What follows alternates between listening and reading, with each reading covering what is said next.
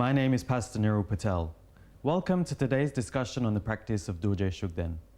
When first coming across the practice of Dorje Shugden, a lot of people are often confused as to the nature of Dorje Shugden's practice due to many conflicting views.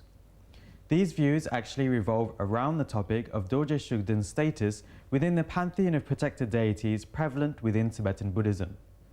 Dorje Shugden is either thought of as a worldly spirit or as an emanation of Manjushri, otherwise known as the Buddha of wisdom. Within the Buddhist tradition, taking refuge in and praying to an enlightened being can bring benefit along our spiritual journey, whereas taking refuge in and praying to a worldly spirit is a dangerous practice which can lead to harm. Actually, those who worship spirits or any other being apart from enlightened Buddhas are not even considered to be part of the Buddhist fold. Today we will be discussing the practice of Dorje Shugden by examining if the practice is dangerous and harmful to oneself and others, or actually beneficial on our spiritual journey towards enlightenment, which is, after all, the ultimate goal of Buddhist practice. Today I'm joined by Pastor David Lai and Pastor JJ Chong. So Pastor David, those who practice Dorje Shugden consider him to be an enlightened being. So why is it that practicing Dorje Shugden gives you harm? I would say that it's not true, because we have to go into the writings of Kapche Pabongka Rinpoche, Kapche Trijang Rinpoche, and Kapche Song Rinpoche. In their teachings and their writings, they have mentioned that Dorje Shugden is an emanation of Manjushri. Now, Manjushri is a Buddha of wisdom, and he has emanated in order to be of benefit to all beings via his ability to grant and to bless us with wisdom, the wisdom of all the Buddhas. So on the one hand, the Buddha's purpose and energy is pure compassion, pure benefit. It cannot be that Dorje Shugden is harmful or that his practice is dangerous. It doesn't make sense. And then on the other hand, even if you look at Dorje Shugden and his iconography and his various emanations, in his mandala, there is the 8 guiding monks and the 9 mothers. The purpose of the 8 guiding monks is actually to help us to keep our vows, our words of honor, our commitment. That is a spiritual aspect of our practice. So how is that dangerous? I do not see it. And then on the other hand, the 9 mothers, their purpose is actually to help us to gain realizations, tantric attainments, through higher meditational practices. And once again, I do not see how is that dangerous for us. Okay, so I think I'm pretty much clear on that. I do not see how Dorje Shugden can be dangerous in any way. So it's because of Dorje Shugden's compassion that he arose in the form that he did. And the enlightened masters of the past, Kapche Trijang Rinpoche, Kapche Song Rinpoche, have clearly stated that his practice is a beneficial one, correct?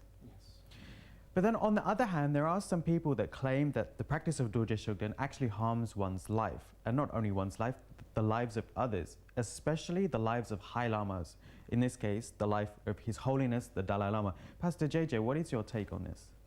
Well, it's very simple. Those who actually believe in this are very much misinformed, and of course, they have not studied well enough on this subject matter.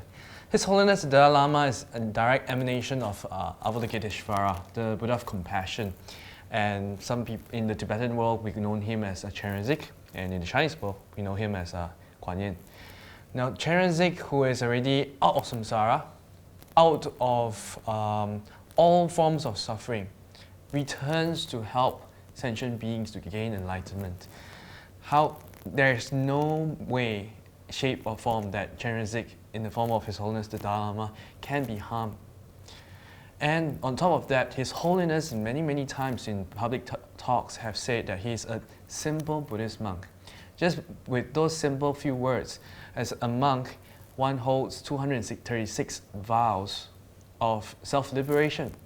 The Buddha Shakyamuni himself proclaimed that those who uphold these vows very well will be protected from the 3 lower realms and will be on the spiritual path to full awakening. So based on this again, there's no possibility that any harm can come towards the Dharma by anyone, by any means. So to answer your question, all High Lamas, such as His Holiness the Dalai Lama, cannot be harmed. So I think pertaining to that question, these people have been misinformed, and these accusations are totally baseless.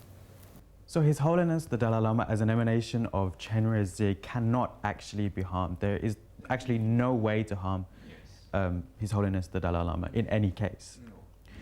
Coupled with this question is that of samaya. And in this case, it is the harm brought on to the actual practitioner. So a lot of people claim that when you practice Dorje Shugden, you break your samaya with the Dalai Lama. What is samaya, and how is that linked to the Dalai Lama? And how, if you worship Dorje Shugden, do you actually break your samaya with the Dalai Lama? This is a very important question, and many people do not understand this very well. Samaya is a link or a bond between a teacher and student. Now, how this come about is the relationship between one's spiritual teacher and also the student. This takes off after the long period of observation from the teacher's side and also from the student's side towards the teacher. It can take up to 3 years or even more, depending on the student's affinity with the teacher. And after one has taken this responsibility and this bond or this relationship, taken refuge under this great master, receive teachings and sometimes initiation when the teacher feels right, the bond has been established. Now, together with this bond is vows, commitments that one have to adhere to on a daily and also on a periodic manner, and also certain rules and regulations in order to make this bond closer. And all these rules are actually to make one's spiritual life better, to gain as a foundation for one's realization. Now, we can have our own personal teachers, and sometimes if we have great affinity and great merit, we can actually have His Holiness the Dalai Lama as our teacher. But for most cases, especially people our generation, we do not have a direct samaya with His Holiness the Dalai Lama because His Holiness is very busy and he's doing great works. But there are masters and also monks and ladies of the past who have connections and who have relationships with the Dalai Lama. But if you do have, then it is advisable to follow His Holiness's advice. But for most of people, prior to meeting His Holiness, they already have their teachers, many of which are practicing Dorje Shugden. And if they are teachers whom you have met before His Holiness, you should adhere to their instructions and also their guidance.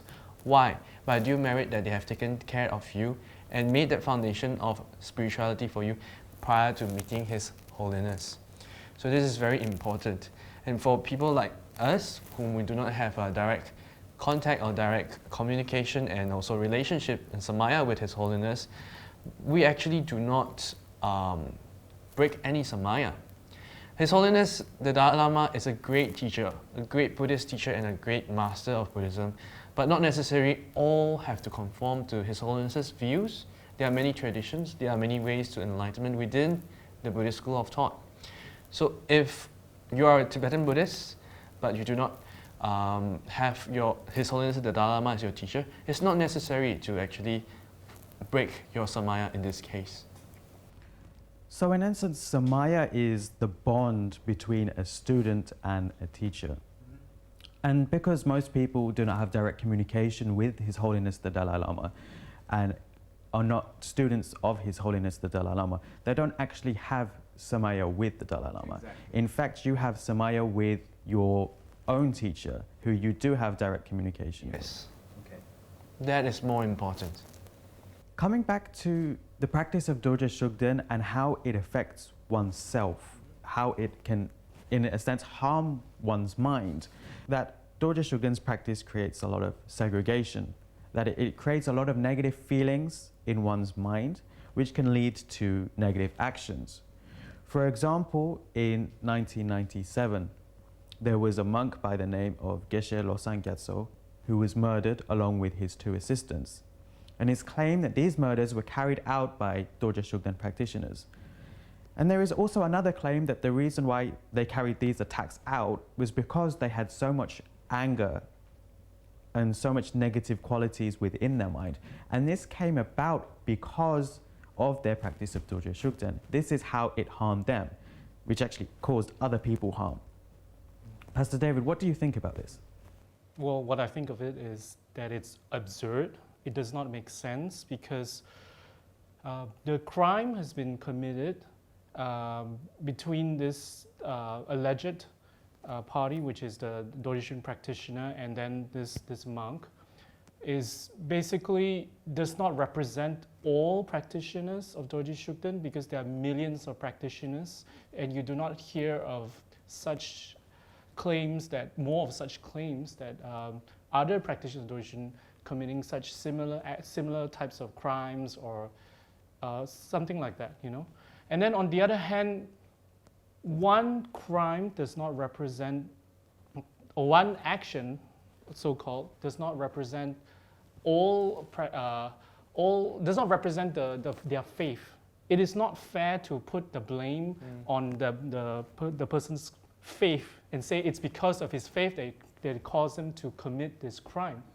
Because you can very easily say that, this Buddhist has committed this crime, so Buddhism is bad. Buddhism causes you to have hatred and causes you to segregate other people. No, it does not. And then on the other hand, there was an incident last year of a Dorje Shugden practitioner being stabbed, and because it was believed that it was because of anti-Shugden sentiments. So no one goes around saying that, it's because of the belief system or the deities or the lamas or deities that anti-Shugden practitioners have, and that causes them to have anger, and that causes them to cause this harm or to stab this person.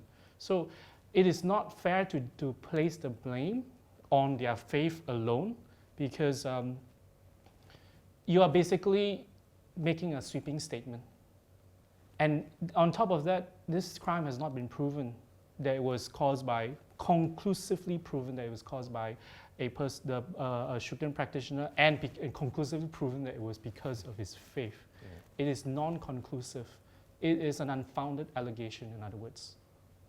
So this allegation that these murders were conducted by Dorje Shugden practitioners is false. And what you're trying to say is that you shouldn't blame the entire faith or people's beliefs on the actions of one or two individuals.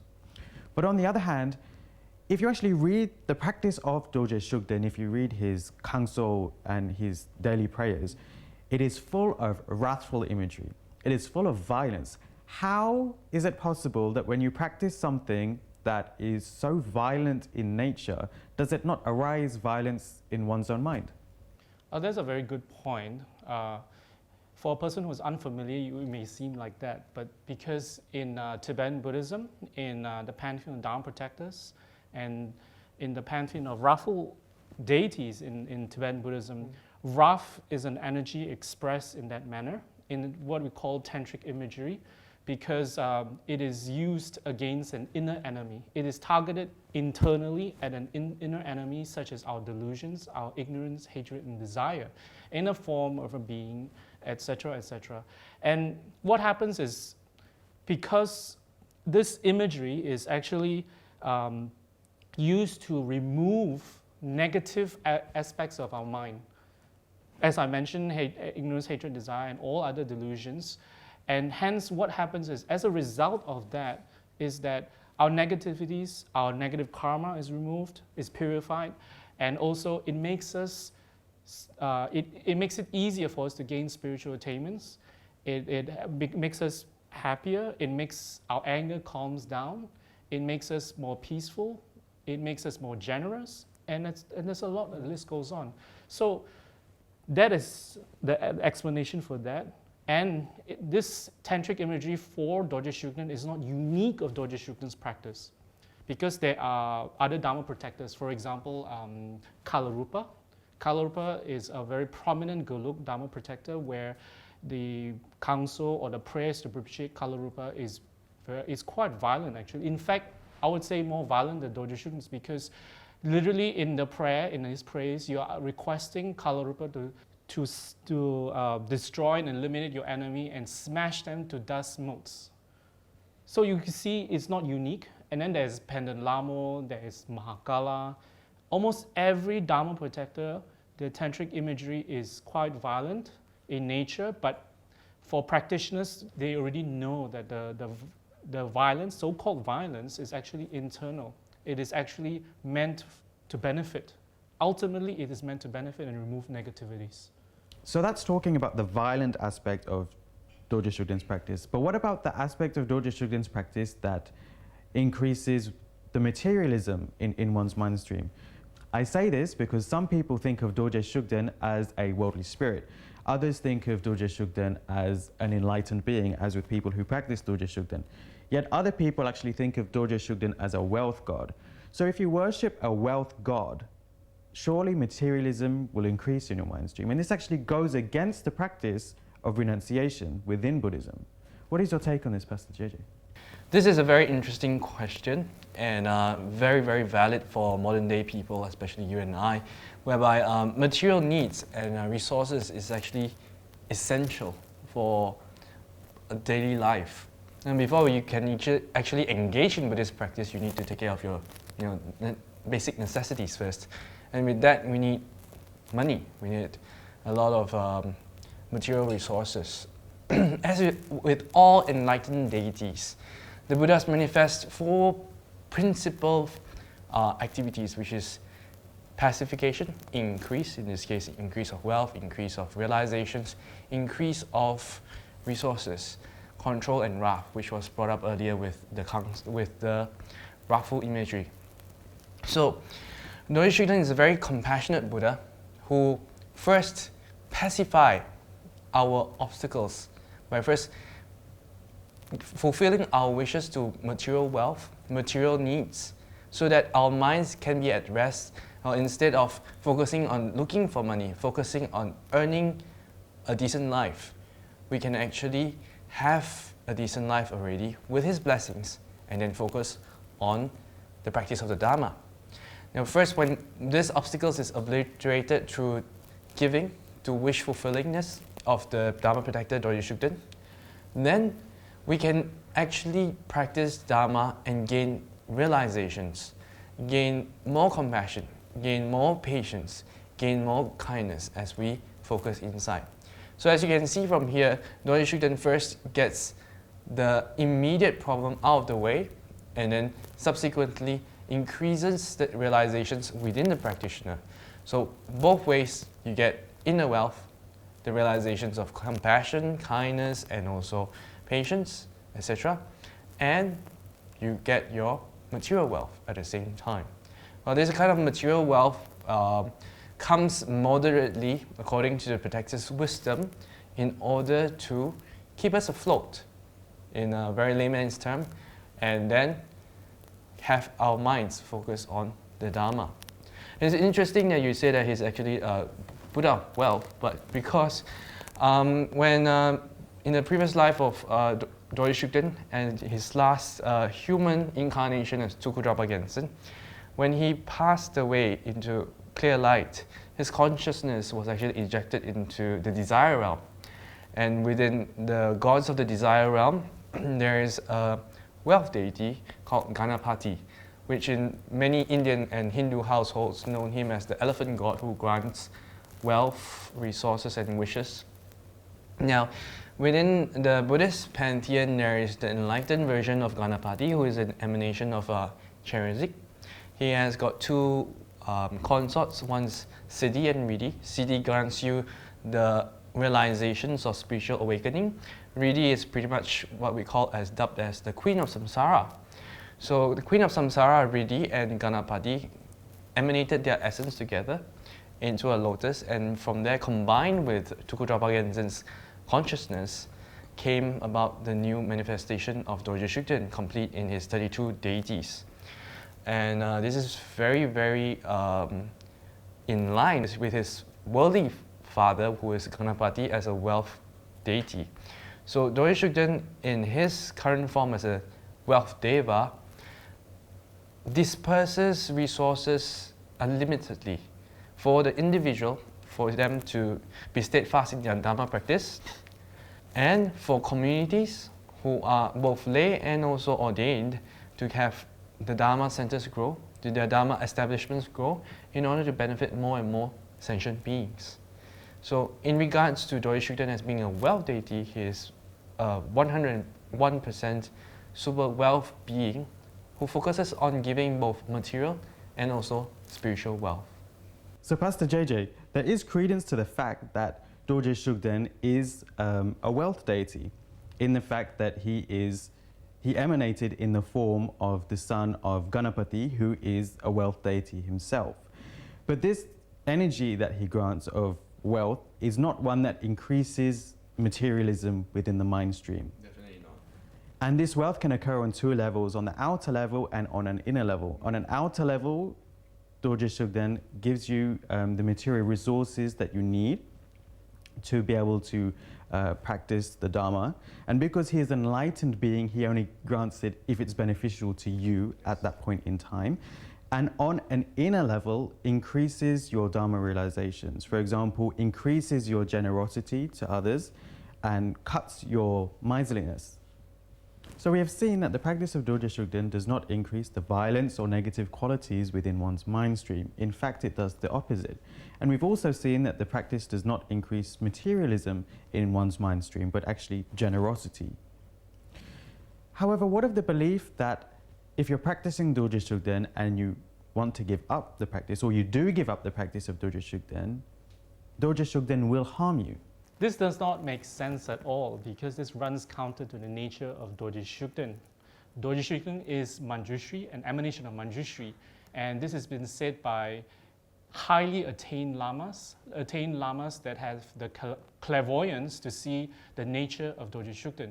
So Dorje Shugden being an emanation of Manjushri does not make sense that he can be jealous, he can get angry, he can be unhappy with the practitioner for giving up the practice, because that would be like saying, oh, Kalarupa would be unhappy with you for giving up the practice, and you deciding that you wanted to take on Pendant Lama or you wanted to take on Mahakala practice. It does not make sense, because the nature of all Buddhas, any emanation of Manjushri and any other Buddhas, is compassion. So it will be impossible for Dorje Shugden to be angry and to punish you based on that fact.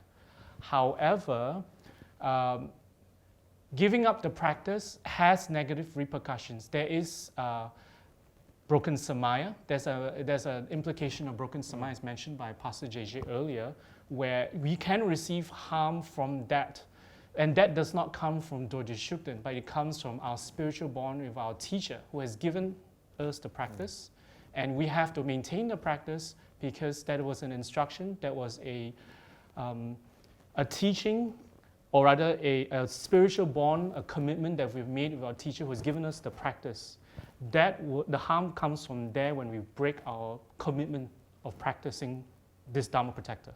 And I repeat myself, the harm comes from actually not from the fact that Dorje Shugden is unhappy with us for giving up the practice.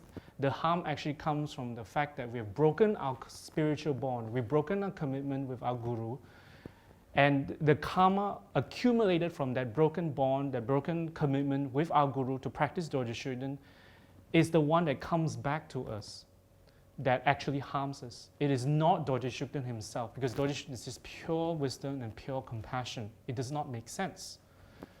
So I hope I made myself clear on this. Thank you.